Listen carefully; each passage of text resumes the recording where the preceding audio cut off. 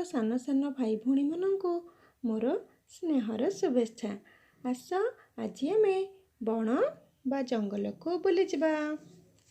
ଭାଇ ଭଉଣୀମାନେ, ତୁମେମାନେ ଜଙ୍ଗଲ ଦେଖିଛ କି? ଆସ ଦେଖିବା। ଏହା ହେଉଛି ଜଙ୍ଗଲ ବା ବଣ।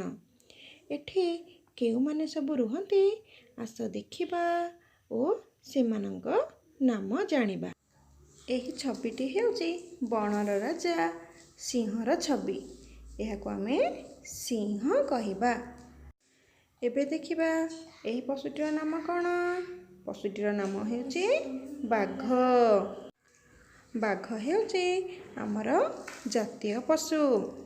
ଏବେ ଦେଖିବା ଏହି ଛବିଟିର ନାମ ହେଉଛି ଭାଲୁ। ଭାଲୁ ଦେଖିବାକୁ କଳା ରଙ୍ଗର ହୋଇଥାଏ ଏବଂ ଧୂସର ରଙ୍ଗର ମଧ୍ୟ ଥାଏ। ଏହି ଛବିଟିର ନାମ ହେଉଛି ହାତୀ। ଏହା ଦେଖିବାକୁ ବିଶାଳକାୟ ହୋଇଥାଏ। ଏହାର ଦୁଇଟି ଛୋଟ ଛୋଟ ଆଖି ଥାଏ ଏବଂ ଲମ୍ବା ଶୁଣ୍ଢଟିଏ ଥାଏ ଏବଂ ଚାରୋଟି ଖମ୍ବ ପରି ଗୋଡ଼ ଥାଏ ଓ ତାର ଶୁଣ୍ଢକୁ ଲାଗି ଦୁଇଟି ଧଳା ରଙ୍ଗର ଦାନ୍ତ ମଧ୍ୟ ଥାଏ। ଏହି ଛବିଟିର ନାମ ହେଉଛି ଗଣ୍ଡା। ଏହାର ମୁଣ୍ଡ ଅଗରେ ଗୋଟିଏ ଶିଙ୍ଗ ଥାଏ। ଏହି ଛବିଟିର ନାମ ହେଉଛି ଜିରାଫ।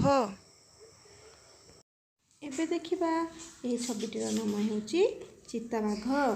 ଏହାର ଆଖି ପାଖରୁ ଦୁଇଟି କଳା କଳା ଦାଗ ଥାଏ। ଦେଖିବା ଏହି ଛବିଟିର ନାମ ହେଉଛି ଘୋଡ଼ା। ଏହା ମଧ୍ୟ ଖୁବ୍ ଜୋରରେ ଦୌଡ଼ିପାରେ। ଏହି ଛବିଟିର ନାମ ହେଉଛି ବିଲୁଆ। ଏବେ ଦେଖିବା ଏହି ଛବିଟିର ନାମ ହେଉଛି ଜେବ୍ରା ବା ଚିଟା ଘୋଡ଼ା। ଏବେ ଦେଖିବା ଏହି ଛବିଟିର ନାମ ହେଉଛି ବଣ ମଣିଷ। ଏହା ଦେଖିବାକୁ ବହୁତ କଳା ରଙ୍ଗର ହୋଇଥାଏ। ଏବେ ଦେଖିବା ଏହି ଛବିଟିର ନାମ ହେଉଛି ହରିଣ। ଏହା ଦେଖିବାକୁ ବହୁତ ସୁନ୍ଦର ହୋଇଥାଏ। ଏହାର ଦେହରେ ଛୋଟ ଛୋଟ ଧଳା ରଙ୍ଗର ଗୋଲ ଗୋଲ ଦାଗ ମଧ୍ୟ ଥାଏ।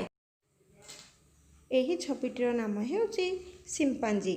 ଏହାର ଶରୀରର ରଙ୍ଗ ମଧ୍ୟ କଳା ହୋଇଥାଏ। ଏହି ଛବିଟିର ନାମ ହେଉଛି ମୃଗ।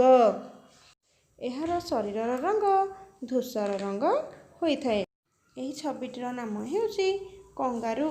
ଏହାର ପେଟ ପାଖରେ ଗୋଟିଏ ଥଳି ଥାଏ। ସେ ଥଳିରେ ତାର ଛୁଆକୁ ଧରି ବୁଲିଥାଏ। ଏବେ ଦେଖିବା ଏହି ଛବିଟିର ନାମ ହେଉଛି ମାଙ୍କଡ଼। ସେ ଗୋଟିଏ ଗଛ ଡାଳରୁ ଆଉ ଗୋଟିଏ ଗଛ ଡାଳକୁ ଡେଇଁ ଡେଇଁ ଖେଳିଥାଏ। ଏହି ଛବିଟିର ନାମ ହେଉଛି ଗଧିଆ। ଗଧିଆଟି ଦେଖିବାକୁ କୁକୁର ଆକାରର ହୋଇଥାଏ। ଏବେ ଦେଖିବା ଏହି ଛବିଟିର ନାମ ହେଉଛି କଲରାପତରିଆ ବାଘ। ଏହାର ଶରୀରରେ ଧଳା, କଳା ଏବଂ ଧୂସର ରଙ୍ଗର ଛିଟା ଛିଟା ଦାଗ ଦେଖିବାକୁ ମିଳିଥାଏ।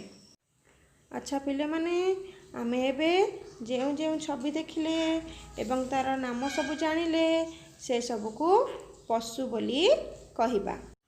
ଏହି ପଶୁମାନେ ବଣ ଜଙ୍ଗଲରେ ରହିଥାନ୍ତି।